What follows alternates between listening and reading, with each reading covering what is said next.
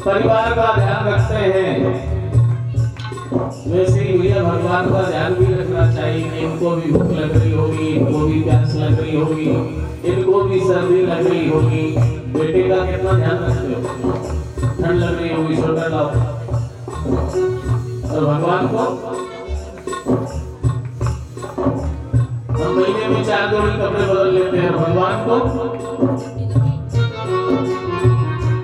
तो भगवान के लिए भी यथा देह जैसा हम देह का ध्यान रखते हैं वैसे देवता का भी ध्यान रखना चाहिए। अगर ऐसा भाव हमारा होगा तो क्या होगा? भक्ति हो तो करवाने से सामर्यो घर आवे रो। भक्ति हो तो करवाने से सामर्यो घर आवे रो। भक्ति हो तो करवाने से सामर्यो घर आवे रो। भक्ति हो तो करवाने से सामर्यो घर आवे रो। प्रभु का दर्शन करके हर्ष हर्ष गुण गावे रो। प्रभु का दर्शन करके हर्ष हर्ष गुण गावे रो। प्रभु का दर्शन करके हर्ष हर्ष गुण गावे रो। प्रभु का दर्शन करके हर्ष हर्ष गुण गावे रो। कितना सुंदर भाव है, ध्यान से सुनना। साचो प्रेम प्रभु में हो तो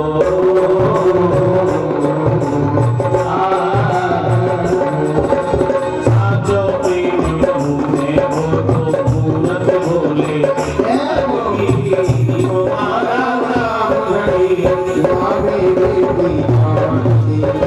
हमारा नाम घड़ी लावे बेटी आई हरि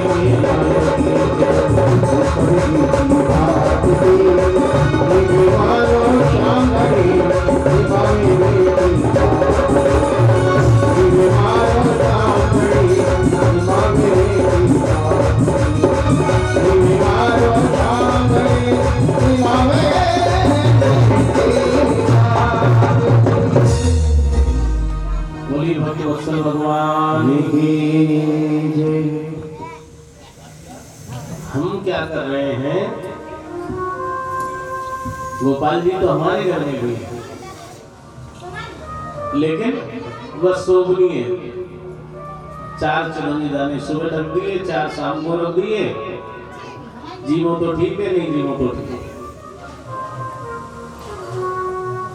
अरे जैसे हम देह का ध्यान रखते हैं, बच्चों का ध्यान रखते हैं, अपना स्वयं का ध्यान रखते हैं, वैसे ही भैया भगवान का भी उतना ही ध्यान रखना चाहिए।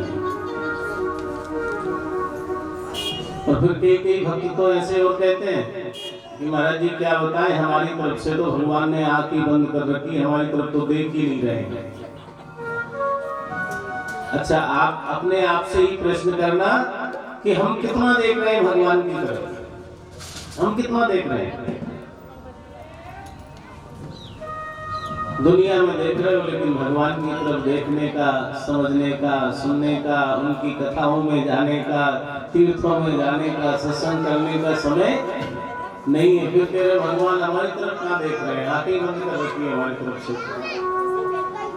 तुमने कितनी खोल रखी है भगवान के लिए? थोड़ा विचार करना।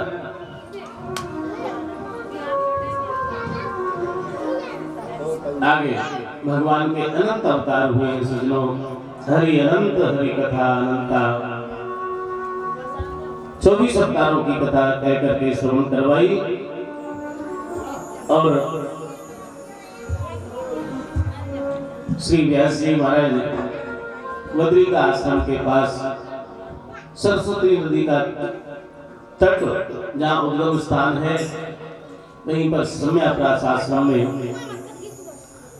विराजमान है। देवर्षि नारद जी से उनकी भेंट हुई। नारद जी ने कहा, उदास क्यों बैठे हो?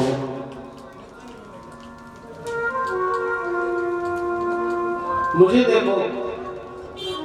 नारद जी कहने लगे, अरे मैं पूर्व जन्म में एक दासी का पुत्र था। अपने पूर्व जन्म की कथा सुनाई नारद जी ने। मेरी माँ के पास भोजन की भी व्यवस्था नहीं थी। संत होके आश्रम में जाती, सेवा करती, जो प्रसाद मिल जाता उसी से वो पाती और मेरा भी पोषण होता। व्यास जी को नारद जी अपने पूर्व जन्म की सारी कथा सुना रहे हैं।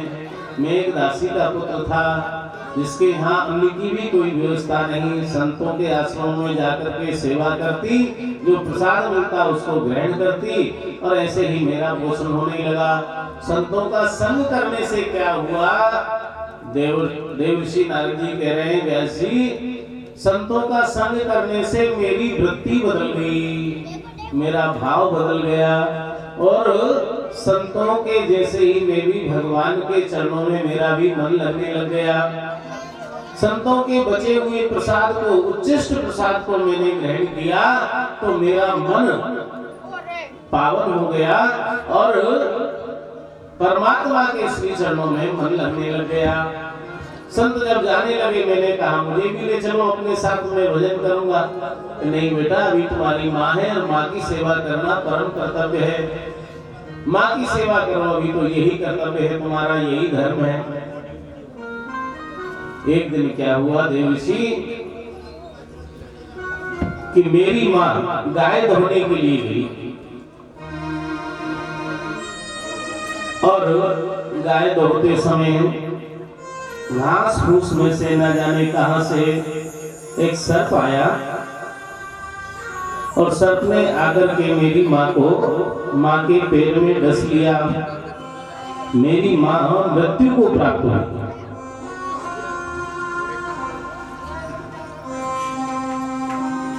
मैं रोने लगा। जिस माँ ने मुझे जन्म दिया है वो माँ मुझे छोड़कर के चली गई।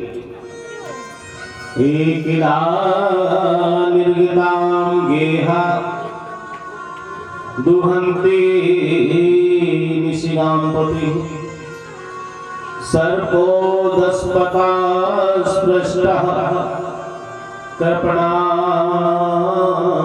कालनोविता। सर्प ने डसा, माँ मृत्यु को प्राप्त हुई। मैं रोने लगा, लेकिन थोड़ी ही समय बाद विचार आया कि ये तो मृत्यु लोक है, इसमें सभी को मरना है। आज माँ भगवान को प्राप्त कर चुकी हैं। मैंने माँ का सारा संस्कार किया और संतों ने जो मुझे मंत्र दिया था उस मंत्र का जाप करता करता बद्री का आश्रम पहुंच गया, क्योंकि मृत्यु लोक है, सभी को मरना है।